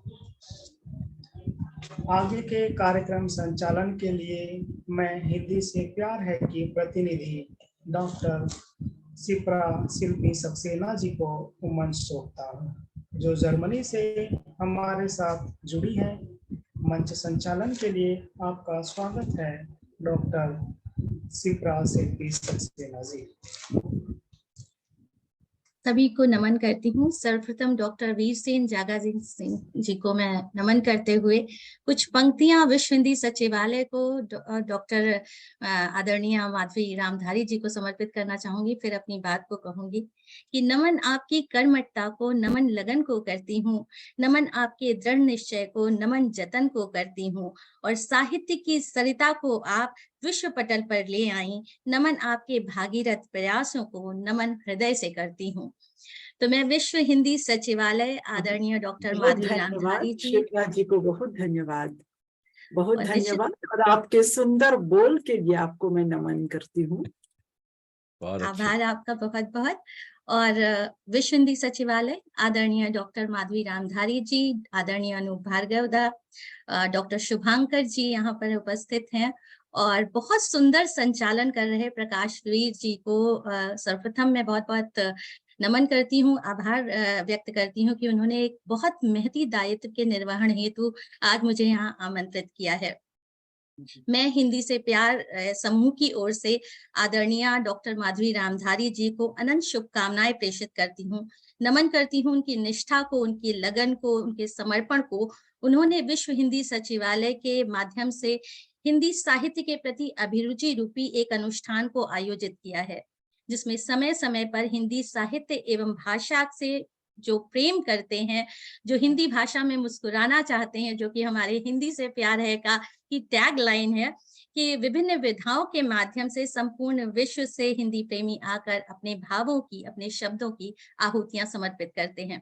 आपका ये आयोजन पावन संविधा की सुगंध है, जो आज पूरे विश्व में हिंदी के प्रेम से हिंदी के प्रेम से पूरे विश्व को सुगंधित कर रहा है, जिसमें भारतीय नहीं, आज हम इस पटल पर देख रहे हैं कितने सारे विदेशी चेहरे हैं जो हिंदी से प्रेम करते हैं और यहाँ पर उपस्थित हैं। ये हम सभी के लिए गर्व की बात है, हम सभी के लिए बहुत ही एक अलग अनुभव है कि अलग, चाहे वो जैसा कि क्रिस्टीना जी ने कहा, उनके 30 वर्ष से वो हिंदी सेवा को समर्पित हैं। तो मैं बहुत बहुत बधाई देती हूँ इस बात के लिए क्रिस्टीना जी आपको, कि बहुत सुंदर आप लोग कार्य कर रहे हैं, और देश छोटा या बड़ा नहीं होता, काम बड़ा होता है। आप काम बहुत बड़ा कर रही हैं, उसके लिए बहुत बहुत बधाई आपको। और निश्चित रूप से आज का कार्यक्रम निबंध को समर्पित है, और विभिन्न विधाओं को लेकर माधवी जी निरंतर आ रही हैं। तो मैं कहना चाहूंगी कि निबंध एक बहुत ही दुरूह विधा है, और आज यहाँ पर आमंत्रित जितने भी प्यारे प्यारे बच्चे आए थे, उन्होंने बहुत ही सुंदर रूप में, और जो यहाँ पे हमारे वक्ता उपस्थित थे, उन्होंने भी बहुत तार्किक और बौद्धिक क्षमता के साथ अपने विचारों को यहाँ पे प्रस्तुत किया, जो कि बहुत ही सराहनीय था निश्चित रूप से। और जो मुझे लगता है कि मेरे लिए जो बहुत ही सुखद अनुभव है वो ये है कि निबंध की परंपरा आधुनिक काल से भारतेंदु हरिश्चंद्र और हजारी प्रसाद द्विवेदी जी के निबंधों के साथ चल रही है, और आज डिजिटल युग के बच्चे भी उन निबंधों को पढ़ रहे हैं, समझ रहे हैं, उन पर अपने विचार प्रस्तुत कर रहे हैं। तो हम सभी को इस बात पे बहुत गर्व होना चाहिए। मुझे लगता है बहुत ही एक खूबसूरत सी बात है, और जिसका आयोजन आपने यहाँ पर किया है। तो मैं यहाँ पर कहना भी चाहूंगी, तन्वी के बारे में भी कहना चाहूंगी कि तन्वी ने हजारी प्रसाद द्विवेदी जी के ललित निबंध की बात करी थी। बड़े ही प्रेम से उसने बहुत ही निबंध के जो मूल तत्व होता है, जो मूल भाव होता है, तार्किक रूप में बात को अपनी लोगों के समक्ष प्रस्तुत कर देना, वो उसने किया। चाहे अलेक्जेंडर ने अपनी बात कही हो, हिंदी से जुड़ी जो भी की समस्याएं हैं, या जो भी वो आगे उससे जुड़े जो भी कार्य करना चाहते हैं, उनके बारे में वो निरंतर यहाँ पर बात करते हैं, साझा करते हैं। और मुझे बहुत खुशी है कि विश्व हिंदी सचिवालय हो या हिंदी से प्यार है समूह है, उसकी बहुत सारी ऐसी परियोजनाएं हैं जो आपका सहयोग करने के लिए हमेशा तत्पर रहती हैं। और अब मैं उस काम पर आती हूँ जिसके निर्वहन के लिए मुझे आज यहाँ आमंत्रित किया गया है। तो मैं बहुत मन से, और मेरा ये सौभाग्य है कि हम सब के मध्य चटनी जैसे बहुमुखी प्रतिभा के धनी आज के कार्यक्रम के अध्यक्ष माननीय डॉक्टर वीर सेन जागा सिंह जी उपस्थित हैं। आपको लग रहा होगा मैंने उनको चटनी जैसा क्यों कहा। चटनी जैसा कहने के पीछे एक विशेष प्रयोजन है या रहस्य कह सकते हैं आप उसे, कि एक रहस्य भी है कि वो बहुमुखी प्रतिभा के संपन्न व्यक्ति हैं। और आप स्वयं कहते हैं जैसे चटनी में सारी सामग्रियां अपने अस्तित्व को गंवाकर मात्र चटनी बन जाती हैं, उसी प्रकार पश्चिमी और भारतीय संगीत शैलियां और भाषाएं सब मिलकर प्रसिद्ध और सुरीली चटनी गीत संगीत बन जाती है। यूं तो ये बात आपने गयाना के संबंध में कही है, किंतु आपका व्यक्तित्व भी मुझे कुछ ऐसा ही प्रतीत होता है। आप महात्मा गांधी संस्थान में पूर्व अध्यक्ष, सृजनात्मक लेखन एवं प्रकाशन विभागाध्यक्ष के रूप में कार्य कर चुके हैं। साथ ही साथ वसंत एवं रिमझिम जैसी समृद्ध पत्रिकाओं के संपादक भी रहे हैं। मॉरिशस की समृद्ध धरा पर स्वतंत्रता से पूर्व 20 मार्च 1946 को आपका जन्म हुआ। साहित्य रत्न, डॉक्टरेट, PGCI की शिक्षा ग्रहण करने के साथ ही साथ आपकी साहित्य साधना अनवरत चलती रही। क्षितिज कविता संग्रह, भारत के आमने सामने, ट्रिनिडाद के आमने सामने आपके यात्रा वृतांत हो, या सैलाबों के बीच कहानी संग्रह, त्रिकोण का केंद्र जो कि आपका बहुत ही प्रसिद्ध एक कहानी संग्रह है, मॉरिशस की 5 बाल कहानियां हो या मॉरिशस की 101 लघु कथाएं। कहने का तात्पर्य यह है कि विधा कोई भी क्यों ना रही हो, आपने अपने लेखन से वैश्विक साहित्य को अति समृद्ध किया है। हर युग में आपका साहित्य जो है वो कालजयी रहेगा। इतना ही नहीं, Bharat, UK, US, Trinidad, Mauritius में अंतरराष्ट्रीय मंचों से आपने अपने आलेख प्रस्तुत किए। इन आलेखों के माध्यम से आपने मॉरिशस में हो रहे हिंदी के जो कार्य थे, जो हिंदी से जुड़ी हुई योजनाएं थी, उनका प्रचार प्रसार किया। साथ ही साथ आपकी लेखनी के साथ आपके आवाज का जादू भी रेडियो मॉरिशस के साप्ताहिक कार्यक्रम मासिक आक्रोश में रचनाएं एवं के माध्यम से प्रसारित होता रहा। और आपने वहां पर बहुत सारी जो स्क्रिप्ट्स होती थी उनमें भी विशेष सहयोग दिया है। तो ये आज हम सभी का सौभाग्य है कि 2007 में न्यूयॉर्क के विश्व हिंदी सम्मेलन में विश्व हिंदी सम्मान से सम्मानित आदरणीय डॉक्टर वीरसेन जागा सिंह जी हमारे बीच उपस्थित हैं अपने अध्यक्षीय वक्तव्य के लिए। मैं बहुत मान से, बहुत सम्मान से, बहुत आदर से आपको आज आमंत्रित करती हूँ कि आप आए और आज के इस बहुत सुंदर से निबंध पर आधारित कार्यक्रम से के विषय में कुछ कहें और हम सबका मनोबल बढ़ाएं। बहुत बहुत स्वागत है आपका। धन्यवाद। मैं शुरू करता हूं बोलना। अब दिखेगा जिस प्रकार से आप श्रीमती जी ने मेरी इतनी बड़ाई की, मेरे बारे में इतना कुछ कहा। सच कहता हूं हृदय से, इस प्रकार की बड़ाई, इस प्रकार की बातों से मैं हरदम से दूर रहा हूं। और आश्चर्य यह है कि आप जर्मनी में हैं और मेरे बारे में मेरी पुस्तकों के माध्यम से इतना कुछ आप जानती हैं। और मैं आशा करता हूं कि हिंदी जगत में जो कुछ भी मैंने लिखा है, जो कुछ भी मैंने किया है, उसके माध्यम से मुझसे पहले हिंदी का नाम ऊंचा हुआ होगा, मेरे देश का नाम ऊंचा हुआ होगा। चले, आज का जो विषय है निबंध, किस प्रकार से विश्व भर में जहां पर लोग हिंदी अध्ययन करते हैं और वहां पर किस प्रकार के निबंध वे लोग पढ़ते हैं, और उनके पढ़ने के पीछे क्लासों में, कोर्स में जो निर्धारित करती है प्राध्यापिका या प्राध्यापक, किस विचार से, किन विचारों से वे लोग उन निबंधों को पाठ्यक्रम में निर्धारित करते हैं। तो 10 मिनट में संक्षेप में मैं ये बोलना चाहूंगा 2 भागों में। पहला भाग तो जिन 3 देशों के बारे में यहाँ पर भी चर्चा हुई, एक तो है उज्बेकिस्तान, और है लिथुआनिया, और है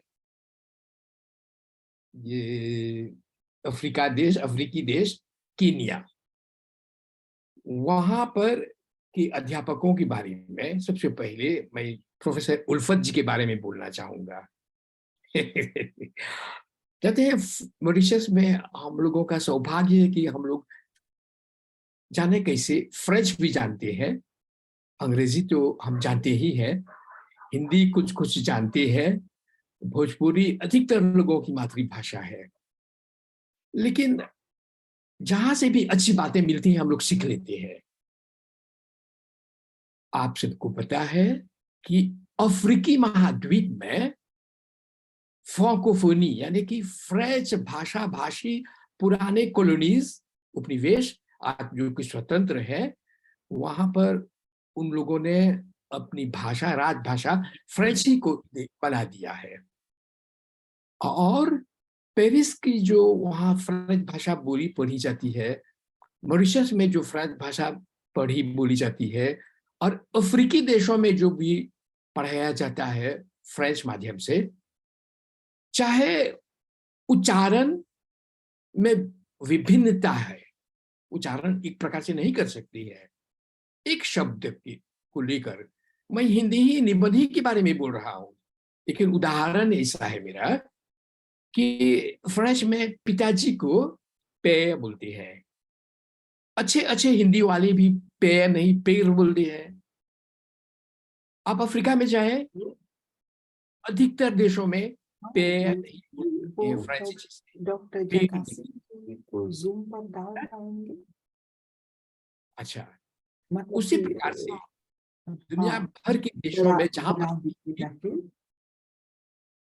हाँ, मुझे कुछ आवाज सुनाई दे रही है, हाँ, बड़ा कर रखा हूँ। Okay, sorry. मैं रोक दूं? नहीं नहीं, जारी रखिए।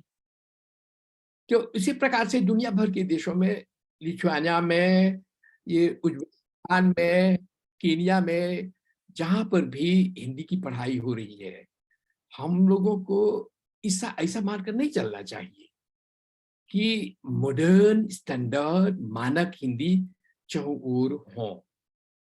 जैसे भी जिस रूप में पढ़ाई हो रही है, हिंदी का उत्थान वहां हो रहा है, शिक्षण प्रशिक्षण हो रहा है, वो इन सब तीनों देशों के बारे में वहां पर बच्चों को सुनकर, विद्यार्थियों को सुनकर और प्राध्यापकों को सुनकर, प्राध्यापिकाएं है ना, मुझे बहुत अच्छा लगा, मुझे बहुत अच्छा लगा।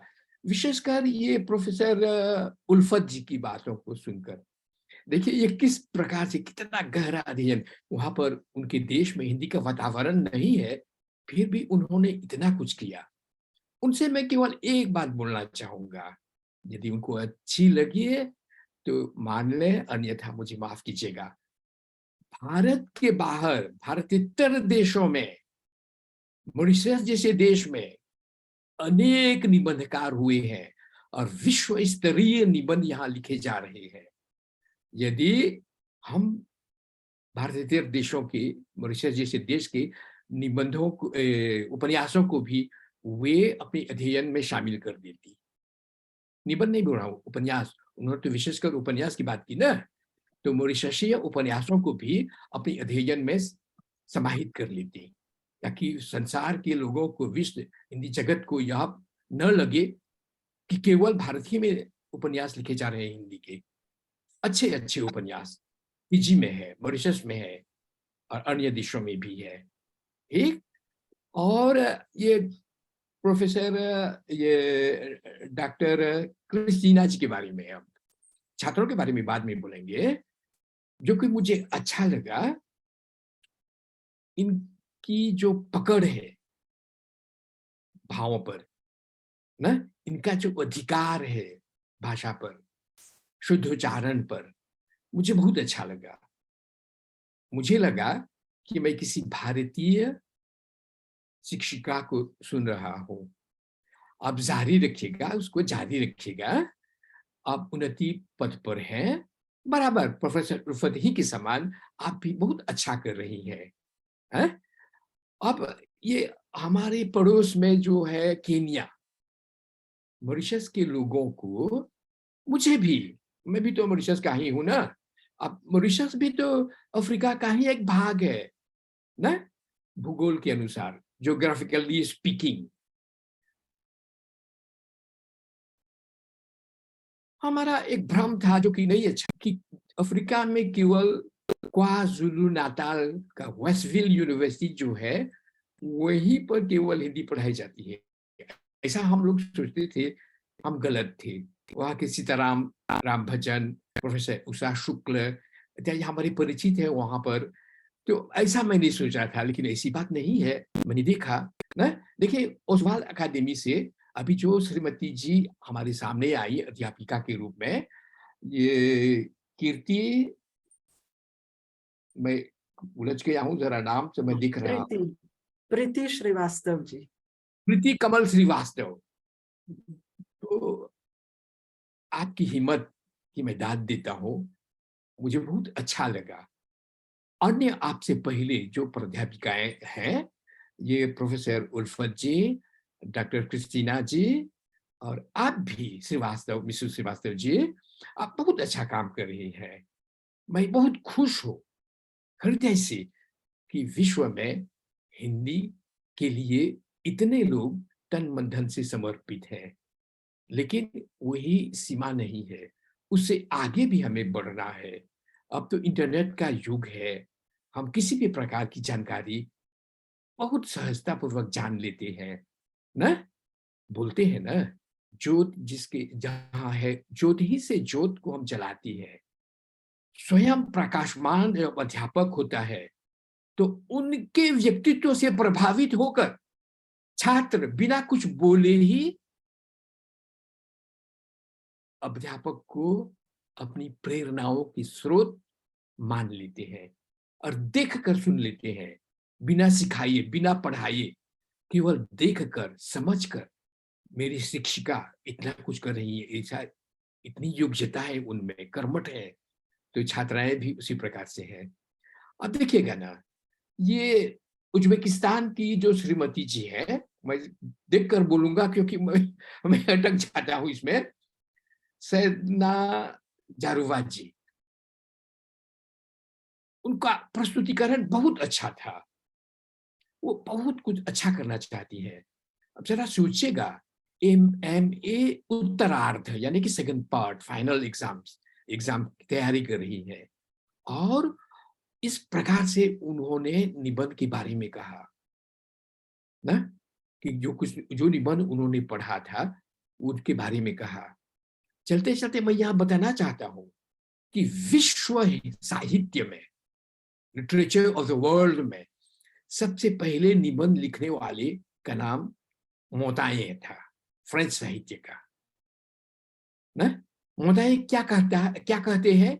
वो कहते हैं कि I must reflect when writing an essay, composition जब लिखते हैं तो व्यक्ति उसमें प्रमुख होते हैं।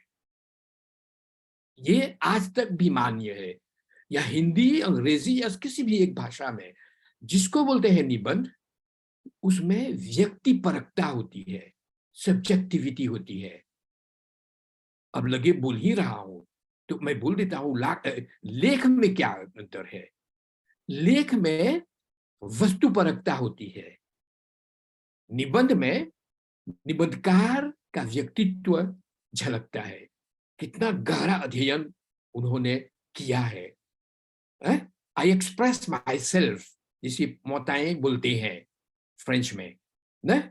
आई must reflect in my essays, ऐसा बोलते हैं वो। जबकि लेख में क्या होता है? लेख में वस्तुपरकता होती है, ऑब्जेक्टिविटी होती है। चले, ये तो चलते चलते मैंने कह दिया। अब देखिएगा ना, ये तन्वी गुप्ता, सुश्री तन्वी गुप्ता, केन्या की जो छात्रा है, अब मुझे लगता है कि इनकी मातृभाषा L1 हिंदी होगी, न भी तो हिंदी वातावरण में वे पली बढ़ी होगी, तब न उनका उच्चारण शुद्ध है, व्याकरण सम्मत है न। इस कारण से वे भी बधाई के पात्र हैं। अब 10 मिनट होने को है जब से मैं बोल रहा हूं। ये तीसरे जो हमारे भाई हैं, श्री यंकुश न, मैंने देखा कि इन्होंने भी अपने विषय पर ही बातचीत की, निबंध ही पर बात की और इतनी अच्छी तरह से विषय के साथ उन्होंने न्याय किया। ये बहुत खुशी की बात है, जानते हैं ना। अब छात्रों ने अच्छा किया, इसके पीछे क्या है? इसके पीछे ये है कि प्राध्यापकों ने अच्छा किया उनके साथ। प्राध्यापकों के मार्गदर्शन में छात्र अच्छा करते हैं। जैसे कि आज हमारे तीनों प्राध्यापक जो हैं, प्रोफेसर उल्फत जी हैं, ये डॉक्टर क्रिस्टीना जी हैं, श्रीमती श्रीवास्तव जी हैं, सभी लोगों के साथ मैंने भी सुना ना कि किस प्रकार से इन लोगों ने डेडिकेशन के साथ अपने विषय को अपने छात्रों के दिमाग में आरोपित करने का काम किया और छात्र भी इनसे प्रभावित हैं। इसी कारण से उन्होंने अपने विषय से न्याय किया। ये पहली बार मैं इस प्रकार के कार्यक्रम से जुड़ रहा हूं। मैं जानता हूं, क्योंकि मैं अपने को कमियों का पिटारा कहता हूं। बहुत कम जानता हूं, बहुत अधिक नहीं जानता हूं। मैं सीखता रहता हूं, मैं सीखता रहूंगा। मुझे आशा है कि निबंध विषय पर जो कुछ मैंने कहा, उससे जो भी लोग जुड़े हैं जूम के द्वारा इस कार्यक्रम से, और अधिक प्रकार से अच्छी रीति से निबंध विधा पर विचार करेंगे, पढ़ेंगे और लिखेंगे। जानते हैं ना, साहित्य क्या है? साहित्य व्यक्ति के अंतर आत्मा की पुकार होती है, वो अभिव्यक्त करता है। साहित्यकार चाहता है कि उससे कोई पढ़े, उसे कोई सुने, और जब लोग सुन पढ़ लेते हैं साहित्य को, साहित्यकार द्वारा रचित साहित्य को, तब साहित्यकार संतुष्ट होता है। ये झूठ बात है कि अंतः ये अपने केवल अभिव्यक्ति ही के लिए अभिव्यक्ति करते हैं, केवल लिखने के लिए लिखते हैं। नहीं, लिखने के बाद में, अभिव्यक्ति करने के बाद में लिखित अभिव्यक्ति साहित्यकार चाहता है कि लोग उनको पढ़ें ना। तो निबंध के लिए भी यही बात है। इससे अच्छे अच्छे निबंधकार हैं। हम लोगों ने देखा हिंदी साहित्य में कि हम लेंगे, लेकिन मेरे सबसे जो प्रसिद्ध उपन्यास ये निबंधकार है वो रामचंद्र शुक्ल है। उन्होंने प्रथम बार के लिए इतने उच्च स्तरीय मनोवैज्ञानिक ना मन की गुत्थियों को, उलझी हुई गुत्थियों को सुलझाकर भाषा के माध्यम से सामने रख दिया। जो विधा, निबंध विधा अंग्रेजों के भारत में आने से, गद्य के आने से प्रारंभ हुआ।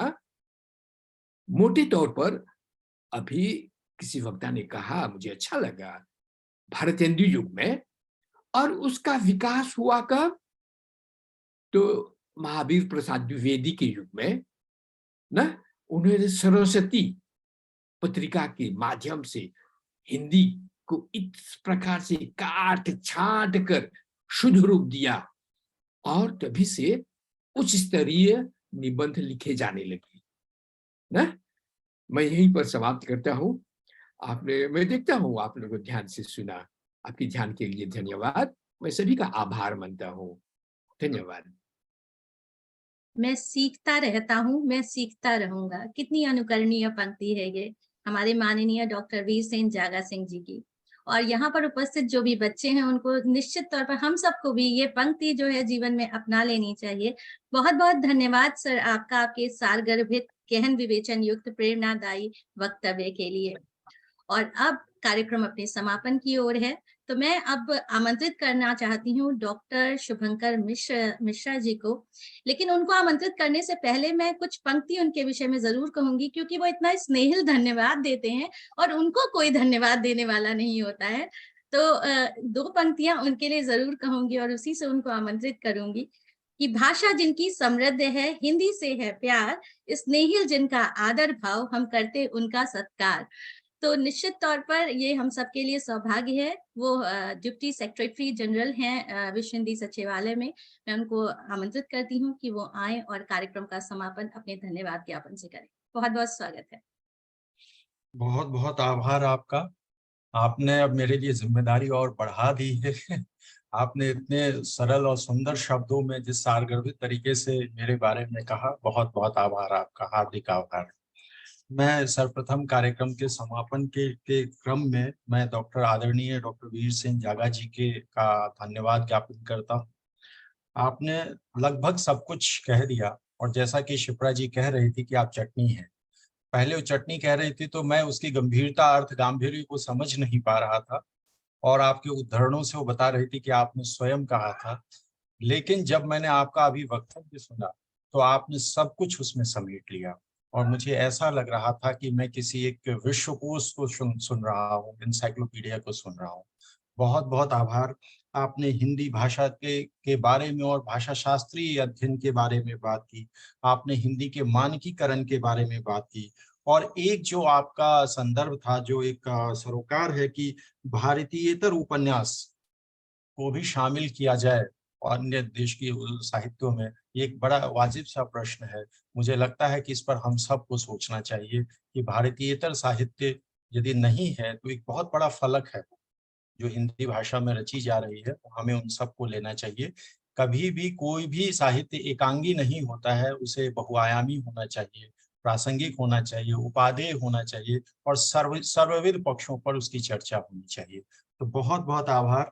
आपने एक तरह से कहिए तो मैं आपसे बहुत कुछ सीख रहा था, निबंध, लेखन, साहित्य, सब पर आपने जितनी सारगर्भिता के साथ आपने सरल शब्दों में, संक्षिप्त रूप में ही सही, क्योंकि समय बहुत कम था, आपने जिस तरह से कहा, बहुत बहुत आभार मान्यवर आपका। एक बार पुनः आभार। हम आभारी हैं कि आप इस कार्यक्रम में पधारे।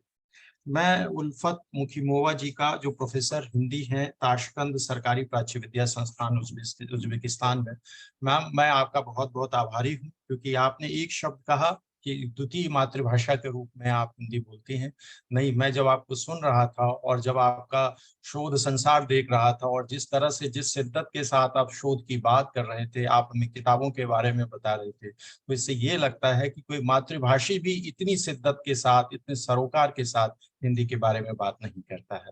तो बहुत बहुत आभार। आप अपने आप को द्वितीय मातृभाषी हिंदी के मातृभाषा के रूप में हिंदी को मत मानिए।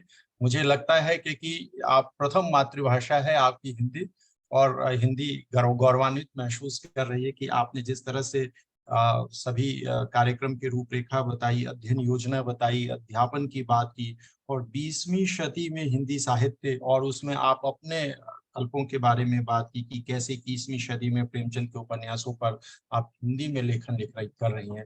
निस्संदेह ये साहित्य के लिए, हमारे लिए, भारत के लिए एक अमूल्य धरोहर होगा, क्योंकि जिस तरह से आपकी सोच बता रही थी कि आप विषय के साथ न्याय करेंगे।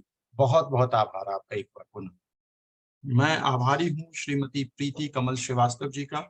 आपने बताया कि आयुर्वेद, संस्कृत के पृष्ठभूमि से हैं आप, और माध्यमिक स्तर पर आप हिंदी शिक्षण का काम कर रही हैं। आपके नवाचारी पद्धति को देख करके मैं आश्वस्त हूँ कि हिंदी शिक्षण का भविष्य ओसवाल अकादमी में तो है ही, लेकिन आप उसके ध्वजवाहक हैं, और निश्चित रूप से जो विद्यार्थी आपके साथ, जो छात्र छात्राएं आपसे जुड़े हुए हैं, निश्चित रूप से भाग्यशाली हैं, क्योंकि ऐसा अध्यापक, जो पूरी अध्यापिका, जो गंभीरता के साथ हिंदी के मर्म को समझ रहा है और उसे पढ़ा रहा है, तो निश्चित रूप से उसे एक नई दिशा मिलेगी। बहुत बहुत आभार मैम आपका। मैं क्रिस्टीना दोलिनीना, सहायक प्रोफेसर, एशियाई उनपार सांस्कृतिक अध्ययन संस्थान लिथुआनिया का आभारी हूँ। आपने सांस्कृतिक अध्ययन की बात की, और जैसा कि आदरणीय वीर सिंह जागा जी ने भी कहा कि शुद्ध उच्चारण सबका। मैं कभी भी जब भाषा की बात होती है तो मैं उनके शुद्ध उच्चारण पर नहीं जाता हूँ, क्योंकि शुद्ध उच्चारण होना नहीं होना, हर एक चीज में जब आप भाषा शास्त्रीय अध्ययन देखेंगे कि एक एमटीआई का प्रभाव हर पर होता है, और यदि एमटीआई का प्रभाव होता है तो गैर अस्वाभाविक नहीं माना जाता है, जो एक मदर टंग इन्फ्लुएंस होना ही चाहिए, क्योंकि हमने जो अपनी माँ के मुंह से भाषा सुनी है उसको हम कैसे दरकिनार कर सकते हैं। तो एमटीआई होना गलत बात नहीं है, लेकिन हाँ ठीक है कि जो कुछ हिंदी में हो रहा है तो वो अच्छी बात है, आ रही है तो वो हिंदी का सौभाग्य है, हिंदी का बड़प्पन है, और उससे उसका हिंदी का भौगोलिक संसार हमारे सामने दिखता है कि हिंदी का परिदृश्य, हिंदी की प्रगति चतुर्दिक दिशा में हर भाषा भाषियों के बीच पनपती जा रही है, बढ़ती जा रही है। आपके जो मैं देख रहा था आपके चेहरे का मुस्कान और उत्साह से मुझे लग रहा था कि लिथुआनिया में बेशक छोटा सा देश हो, लेकिन उसमें आप हिंदी को लेकर के जितनी संजीदगी के साथ आगे बढ़ रही है, हमें गर्व है आप जैसे अध्यापकों के साथ मिलकर के, और उन छात्रों को भी गर्व होना चाहिए कि आप जैसी अध्यापिका पूरे उत्साह के साथ काम कर रही हैं। मैं आपने ये कहा कि आपका संस्थान 30वीं वर्षगांठ मना रहा है। बहुत बहुत शुभकामनाएं आपको, आपके संस्थान को, और आपकी सेवा और जिस शिद्दत के साथ आप काम करें, आपको एक बार पुनः पुनः आभार विश्व हिंदी सचिवालय की ओर से, बहुत बहुत आभार आपका। मैं आभारी हूँ मैं आभारी हूँ विश्व हिंदी सचिवालय के महासचिव माधवी रामधारी जी का। माधवी रामधारी जी के नेतृत्व में आप सबने देखा कि हम इस कार्यक्रम की रूपरेखा के साथ आपके साथ प्रस्तुत हुए हैं। हिंदी साहित्य के प्रति अभिरुचि के विषय में हम कई श्रृंखलाओं के साथ आ रहे हैं, और आपने जिस रूपरेखा के साथ हमारे सामने इस कार्यक्रम को प्रस्तुत किया, साहित्यिक प्रयोजन को बताया, बहुत बहुत आभार। मैं आभारी हूँ, बच्चों की बात करता हूँ, मैं आभारी हूँ सुश्री नोदीरा सैदना जारोवा जी का। हिंदी छात्रा हैं आप, MA द्वितीय वर्ष उज्बेकिस्तान के हैं। आपने विश्व भाषा की ओर की बात की है और उसमें हिंदी की बात की है, हिंदी के बढ़ते कदम की बात की है, हिंदी की प्रस्थिति की बात की है, महत्व की बात की, और सबसे बड़ी बात है कि आपने बाजारवाद की बात की है। विश्व में धीरे धीरे आप जब देखेंगे कि ये आर्टिफिशियल इंटेलिजेंस की भाषा हो या बाजार की भाषा हो, हिंदी को अब कोई नकार नहीं सकता है। यदि किसी को व्यापार करना है तो उसे हिंदी सीखनी होगी। मुझे आपको ये भी पता होगा कि जब कभी संस्कृत का अध्ययन ब्रिटिशर्स ने हमारे भारत में किया था, तो उसके पीछे उनकी मंशा हिंदी संस्कृत सीखने की रही होगी, लेकिन उसके पीछे उनकी उपनिवेशवादी प्रकृति भी थी कि वो हमारे मर्म को समझे कि आखिर क्या बात है, वो चाहते क्या है हम।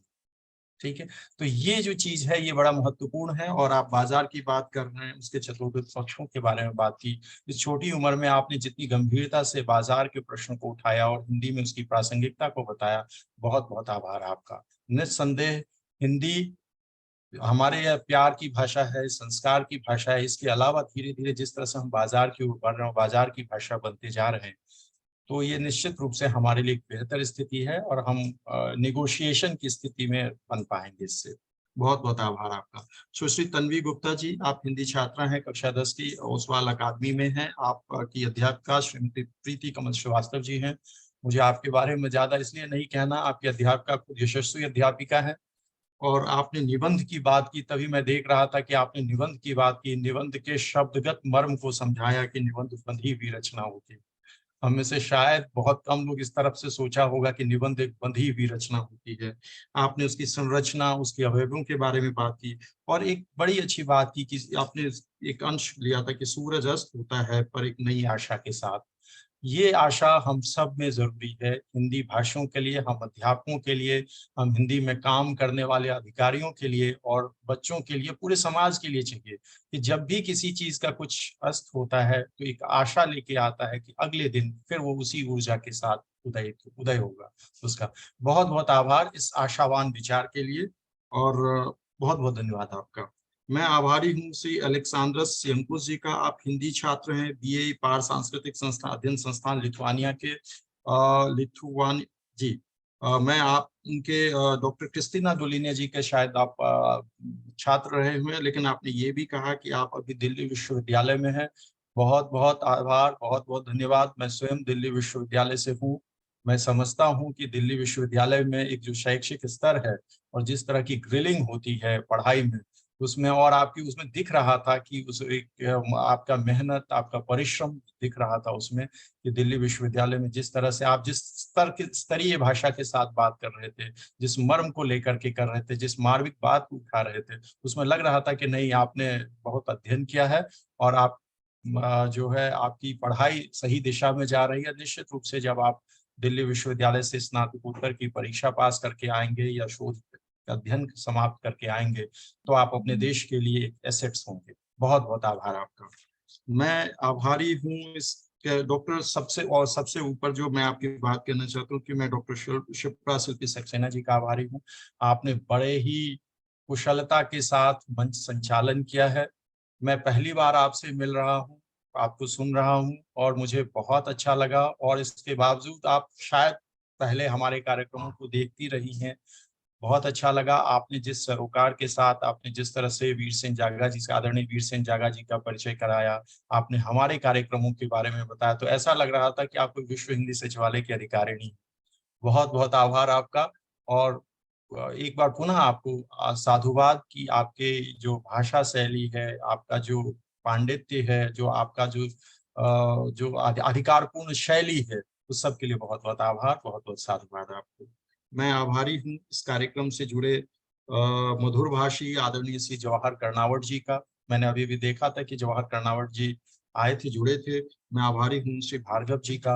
मैं आभारी हूँ स्वयंसेवी संस्था हिंदी से प्यार का, ताशकंद सरकारी प्राच्य विद्या संस्थान उज्बेकिस्तान का, ओशवाल अकादमी केन्या का, एशियाई एवं पाठ सांस्कृतिक संध्यन संस्थान लिथुआनिया का। बहुत बहुत आभार आप सबका। इसी तरह से आप हमारे साथ कार्यक्रम में जुड़िए। हम सब मिलकर के हिंदी को की प्रगति के लिए, उनके प्रगामी प्रयोगों के लिए काम करेंगे, क्योंकि अकेला कोई अधिकारी या अकेला कोई संस्था काम को नहीं कर सकता है। हम सब जानते हैं सबकी सहकारिता, सबकी सहभागिता होनी चाहिए, और उन सब में आप सबका सहयोग हमारे लिए बहुत महत्वपूर्ण है। तभी विश्व हिंदी सचिवालय वैश्विक स्तर पर, मैं फिर से कह रहा हूँ, वैश्विक स्तर पर हिंदी को प्रतिष्ठापित कर सकेगा। किसी एक संस्थान महत्वपूर्ण नहीं है, बल्कि हम सब, आप सब महत्वपूर्ण हैं। तो इस वयम शैली में जुड़िए, हम सब की शैली में जुड़िए। बहुत बहुत आभार। जय हिंद, जय मॉरिशस। सबको धन्यवाद। वैश्विक हिंदी परिवार के संयोजक डॉक्टर जवाहर कर्नावट जी जुड़े हुए हैं हमारे साथ। उनसे मैं निवेदन करती हूँ कि बस 1 मिनट में अपनी प्रतिक्रिया दें, और उसके बाद भार्गव सर जी, क्योंकि उन्हें सुनते रहे हैं, आज तो सुनने का अवसर नहीं मिला, बस 1 मिनट में फिर हम क्लोज करते हैं। ये आपका प्रयास बहुत अच्छा है, और मैं कोशिश करता हूं कि पिछले कार्यक्रम में जुड़ा कि एक अलग अलग विधा को ले रहे हैं, और खासकर ऐसे देशों को आने का मौका मिला है जो मैंने देखा है कि सामान्यतः हमें ऑनलाइन कार्यक्रम में नहीं दिखाई देते हैं। आपने आज केन्या को जोड़ा है, तो मैं आपको बहुत बधाई देता हूं, और आशा करता हूं कि और हम कोशिश करेंगे कि इससे और अधिक लोग श्रोता के रूप में जुड़े। ये भी अब हम प्रयास करेंगे, ज्यादा लोगों तक ये बात पहुंचे। तो मैं आपको विश्व हिंदी सचिवालय को बधाई देता हूं कि ऐसे अलग अलग विषयों पे आप कार्यक्रम विधाओं को लेकर कर रहे हैं। और बड़ा मुझे अद्भुत लगा कि मैंने बहुत नए लोगों को सुना कि कहाँ तक ये विस्तार हो रहा है। तो आपको बहुत बहुत बधाई इस तरह के कार्यक्रम के लिए, पूरे सचिवालय को, आपको सभी को। जी धन्यवाद सर। भार्गव सर। धन्यवाद माधुरी जी। मैं तो हर बार अपनी बात कहता ही हूँ, और उसी बात को मैं फिर दोहराऊंगा कि विश्व हिंदी सचिवालय जो मंच प्रदान कर रहा है हिंदी से प्यार करने वाले सभी लोगों को आपस में जोड़ने का, वो एक सराहनीय प्रयास है। और जैसा कि शुभांकर मिश्र जी ने कहा कि हम में से कोई भी अकेला ये काम नहीं कर सकता, हम सबको जुड़ना होगा, हम सबको प्रयास करने होंगे। तो बहुत बहुत धन्यवाद और बधाई सबको। धन्यवाद, सबको धन्यवाद। वैश्विक माधुरी हिंदी परिवार को धन्यवाद जी। माधुरी जी माफ कीजिए, वो हाँ, वीर सिंह जी की बात का मैं जवाब दे सकती हूँ?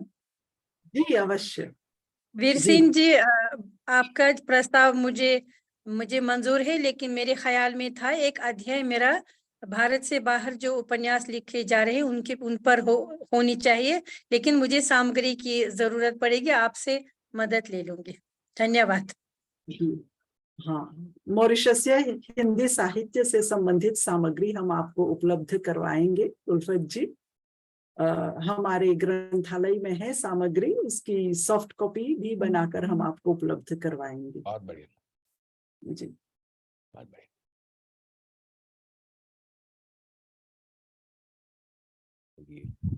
धन्यवाद, सबको धन्यवाद। वीर सिंह जगा सिंह जी को बहुत सालों बाद सुनने का मौका मिला। जी जी मिश्रा जी धन्यवाद। 2018 को मैं मॉरिशस गई थी। धन्यवाद, बहुत सुंदर देश है। बहुत सुंदर, और सभी का बहुत बहुत आभार जितने भी लोग यहाँ पर आज उपस्थित हुए हैं। विश्व हिंदी सचिवालय के सभी सदस्यों का अनूप भार्गव जी का, हमारे डॉक्टर वीर सिंह जागा सिंह जी का, जितने भी बच्चे यहाँ पर जुड़े थे, आप सभी का बहुत बहुत आभार कि आप सब यहाँ जुड़े। और वे हिंदी दिवस की अग्रिम शुभकामनाओं के साथ अब हम इस कार्यक्रम को यहीं पर समाप्त करते हैं। और इतना ही कहूंगी कि हिंदी है माथे की बिंदी, मेरी ये पहचान भी है, रहे भले परदेश में हिंदी मेरी शान भी है, और जन से पहले मन की बोली हिंदी मन की भाषा है, हिंदी मेरे रोम रोम में, हिंदी हिंदुस्तान भी है। तो जय हिंद, जय भारत, जय मॉरिशस। फिर मिलने तक नमस्ते। नमस्ते सभी को नमस्ते।